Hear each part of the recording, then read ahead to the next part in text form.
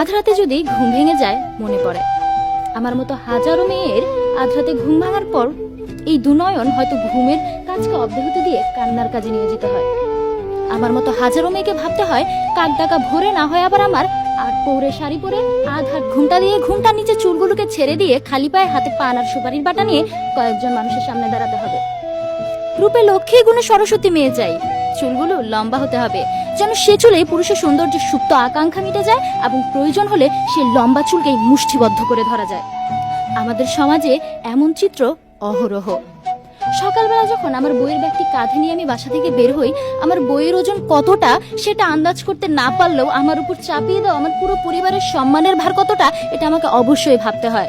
বাসা থেকে বের হওয়ার আগেই আমাকে বলে দেওয়া হয় বাড়ির মেয়ে বাড়ির সম্মান রক্ষা করে রাস্তাঘাটে চলাফেরা করবে। সারাদিন আমি আমার বাড়ির সম্মানকে রক্ষা করে রাস্তাঘাটে চলি। সেই রাস্তাঘাটে চলার সময় রিক্সাওয়ালাকে ভাড়া দিতে গেলে সেই রিক্সাওয়ালা পর্যন্ত আমার হাত ধরার সুযোগ ছাড়ে না। বাসে অবাঞ্ছিত ধাক্কা তো আছেই, এমন সারাদিনে কত চোখ রাঙানো আর কত আর চোখে তাকানো।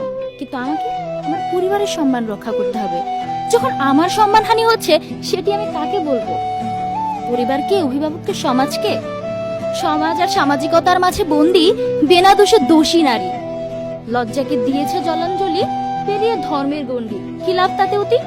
থাকো না পর্দায়, দেখি কে গায়ে হাত দেয়। পাশের বাড়ির হুজুর এসে যখন আমার মাকে বলে মেয়ে মানুষের এত পড়াশোনার প্রয়োজন নেই, নামাজ পড়ছে, কোরআন শরীফ পড়ছে, এই যা ধর্মকর্ম করবে তাতেই তো চলবে, এতে আমি মোটেও অবাক হই না। কিন্তু আমি ভীষণ অবাক হই তখন যখন সেই হুজুর তার স্ত্রীকে নিয়ে হাসপাতালে গিয়ে সবার আগে খোঁজ করে মহিলা ডাক্তার আছে কিনা। এই তো আমাদের সমাজ। ধর্ষিত নারী যখন সমাজ বিতাড়িত, ধর্ষক তখন সমাজপতি। গর্বিণী, আবেগী আর স্বাধীন চেতা তিনটি বিশেষণই বাঙালি নারীর ক্ষেত্রে মানানসই। আবেগ যেমন তাদের দ্রুত স্পর্শ করে, স্বাধীনতার প্রশ্নে তারা অনড়। নিজের সত্তাকে নিয়ে তার অহংকার আছে বটে, সঙ্গে আছে তার দৃঢ় ধৈর্য। আর তার থেকেও বেশি ধৈর্য ধারণ করে আমাদের পুরুষতান্ত্রিক সমাজ ব্যবস্থা। আমাদের চারপাশে এতগুলো দৃশ্যমান আর অদৃশ্যমান নায়ের দেওয়াল তৈরি করে দেয়। কোনোটিকে আমি ভাঙছি, কোনোটিকে আমি গড়িয়ে যাচ্ছি, কোনোটিকে আমি এড়িয়ে যাচ্ছি, আর ক্লান্ত অবিশ্রান্ত হয়ে কোনোটির সামনে গিয়ে আমি হেরে যাচ্ছি। দৈনিক সংবাদপত্র খুললেই নারী ধর্ষণ, নারী সহিংসতা, নারীর প্রতি অত্যাচার, গৃহবধূ নির্যাতন, অহরহ খবর। পত্রিকা কিনা ছেড়ে দিয়েছি। আমার ঘরে বাবা কোনো মেয়ে নেই, দুটো ছেলেই আমার এসব চিন্তা ভেবে করে কাজ নেই। এমন চিন্তা চেতনার মানুষ আমাদের সমাজে থাকলেও আমি কখনো কাউকে বলতে শুনিনি এই কাজগুলো কোন ছেলেরা করলো। আমার ঘরেও দুটো ছেলে আছে, তাদের প্রতি আমার নজর রাখা উচিত। এ ধরনের চিন্তা চেতনা থাকবেই বা কেন? পুরুষ তো নিশাচর প্রাণী, তার অবাধ স্বাধীনতা। সন্ধ্যায় নিরে ফেরা পাখি হচ্ছে নারীরা, তাদেরকে তো সন্ধ্যায় ফিরতেই হতো। তাদের অবাধ স্বাধীনতা পুরুষের মতো নেই। 18 বছর পার হলে একটি মেয়ের বাবাকে নাকি বলা হয় কন্যা দায়গ্রস্ত পিতা। আর 25 আর 26 বছর পার হওয়ার পর একটি ছেলের বাবা একটি স্বপ্ন দেখে তার ছেলে এখন সংসারের দায়িত্ব নেবে।